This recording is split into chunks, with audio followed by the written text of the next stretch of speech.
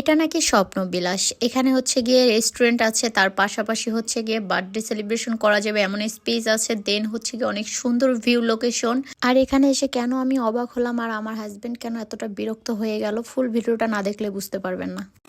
Hello everyone, আসসালামু আলাইকুম, welcome to my another video. আমাদের দুইজনেরই খুব ইচ্ছা করছিল আজকে বাইরে লাঞ্চ করব, এই জন্য দুইজনই বেরিয়ে পড়লাম। এটা হচ্ছে আমাদের তানিশা আবাসী। আমরা কোথায় যাচ্ছি?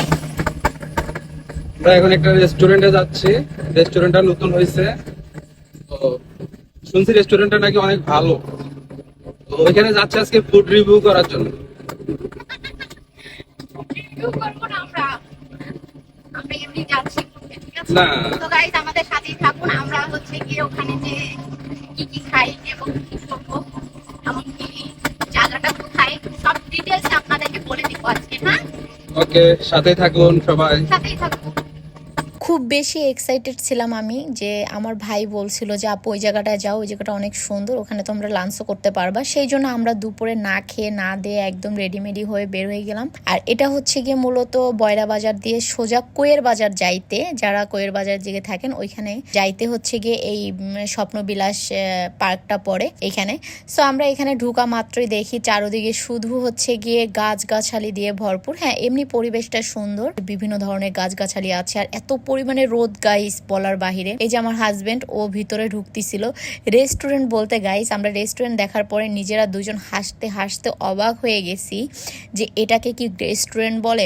সো এদের এখানে সিস্টেমটা হচ্ছে যে এখানে আপনি যাওয়ার 1 ঘন্টা 2 ঘন্টা আগে ফোন দিয়ে তাদেরকে বলে দিতে হবে খাবারের জন্য, দেন তারা খাবারের আয়োজন করবে। এটা হচ্ছে এদের সিস্টেম। এখানে যে আমরা কোনো খাবার পাইনি গাইস, আমরা লাঞ্চ করতে পারি নাই। দেন আমরা কি করলাম, দুজন মিলে ও তো পুরাই রাইগে মাইগে ফায়ার হয়ে রয়েছে আমার উপর। ঢুকার পরে দেখি যে জায়গায় জায়গায় কোনায় কোনায় চিপায় চিপায় হচ্ছে গিয়ে প্রেমিক প্রেমিকারা শুধু প্রেম করতেছে। এটা জাস্ট একটা মানে বাগানের মতো। আমার প্রচুর পরিমাণে ক্ষুধা লাগছে, এই জন্য আমি আর দেরি করলাম না, ওকে বললাম যে আমাকে কয়টা ছবি আর কয়টা ভিডিও তুলে করে দাও। দেন ও ভিডিও আর ছবি তুলে দিল। তোলার পরে দেন আমরা এখান থেকে বেরিয়ে পড়লাম। এই যে ফাইনালি গাইস আমরা বেরিয়ে যাচ্ছি, ও প্রচন্ড রেগে আছে। এরপরে আমরা চলে আসলাম ডাকবাংলার দিকে। ডাকবাংলার দিকে এসে আমরা এখানে একটা রেস্টুরেন্টে ঢুকলাম। এই রেস্টুরেন্টটা অনেক ভালো লাগতেছিল। এখানে 4-5টা রেস্টুরেন্ট ছিল, সবগুলোতে দেখার পরে আমার এটাই ভালো লাগছিল একটু, তাই এখানে আসলাম। এখানে এসে দেন খাওয়া দাওয়া করলাম গাইস। ফাইনালি আমি এই জায়গাটায় এসে 5টার সময়, বিকাল 5টা বাজে, তখন এই সময় খাইতে বসছি। প্রচুর টায়ার্ড লাগতেছিল, আমার এত ক্ষুধা লাগছিল। এখানে এসে খাবার অর্ডার দিয়ে আবার আধা ঘন্টা বসেছিলাম। বলেন এটা একটা বিরক্তিকর ব্যাপার না?